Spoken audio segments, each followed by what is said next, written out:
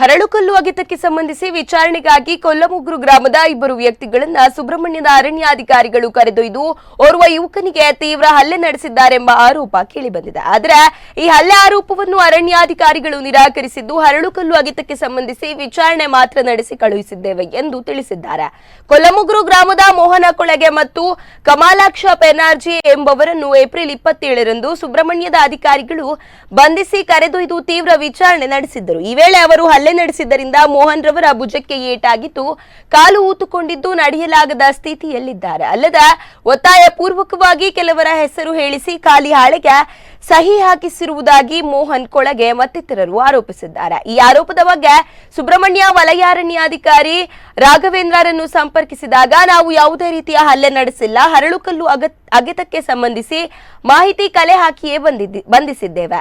ಅವರ ಹೇಳಿಕೆ ಆಧರಿಸಿ ಮತ್ತೆ 12 ಜನರ ಮೇಲೆ ಕೇಸು ದಾಖಲಿಸಿ ಜಾಮೀನಿನ ಮೇಲೆ ಬಿಡುಗಡೆ ಮಾಡಿದ್ದೇವೆ ಎಂದು ಪ್ರತಿಕ್ರಿಯಿಸಿದ್ದಾರೆ. ಸುಬ್ರಹ್ಮಣ್ಯ ಅರಣ್ಯಾಧಿಕಾರಿಗಳ ವಿರುದ್ಧ ಪದೇ ಪದೇ ಈ ತರಹದ ಆರೋಪಗಳು ಕೇಳಿಬರುತ್ತಿದ್ದು ಕೊಲ್ಲಮುಗ್ರು ಗ್ರಾಮ ಪಂಚಾಯತ್ ಆಡಳಿತ ಮಂಡಳಿಯು ಈ ಘಟನೆಯನ್ನ ತೀವ್ರವಾಗಿ ಖಂಡಿಸಿ ಅರಣ್ಯಾಧಿಕಾರಿಗಳ ವಿರುದ್ಧ ಕ್ರಮಕ್ಕೆ ಆಗ್ರಹಿಸಿದೆ.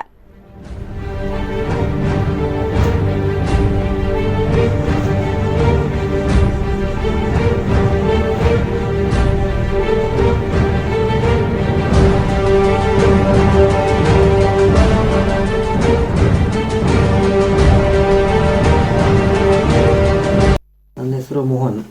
ನನ್ನ ಮನೆ ಕೊಲ್ಲಮೂರ, ಸುಳ್ಯ ತಾಲೂಕು ಕೊಲ್ಲಮೂರ ಗ್ರಾಮದ ಕೊಳಗೆ ಮನೆ. ನಾನು ಆಟೋ ಓಡಿಸೋದು. ತಾಯಿ ಮಾತ್ರ ಇರೋದು, ತಂದೆ ತೀರಿದ್ದಾರೆ. ಇವಾಗ ಕೋವಿಡ್ ಕಾರಣ ತಾಯಿಗೆ ಕೆಲಸ ಇಲ್ಲ, ಮತ್ತು ಆಟೋಕ್ಕೆ ಬಾಡಿಗೆ ಅಂತೂ ಇಲ್ಲ.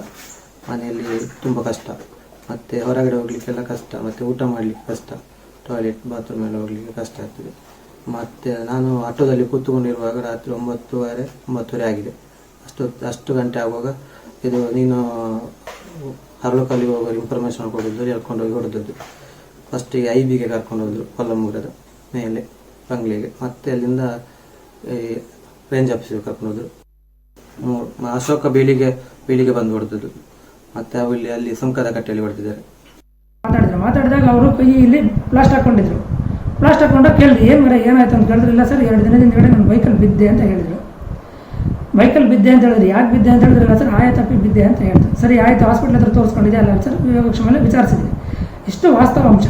ಅವನನ್ನು ರಿಲೀಸ್ ಮಾಡ್ಬೇಕಾದ್ರೆ ಮೆಡಿಕಲ್ ಸರ್ಟಿಫಿಕೇಟ್ ಇತ್ತು. ಅವ್ರ ತಾಯಿ ಎದುರುಗಡೆ, ಅವನು ಜಾಮೀನು ಕೊಡೋರ ಎದುರುಗಡೆ with video proof with medical certificate ನಾವು ಅವರನ್ನು ರಿಲೀಸ್ ಮಾಡಿದ್ದೀವಿ.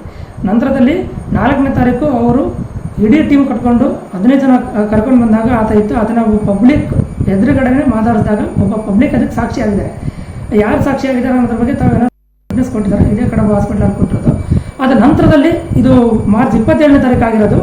ಇವತ್ತು ಏಪ್ರಿಲ್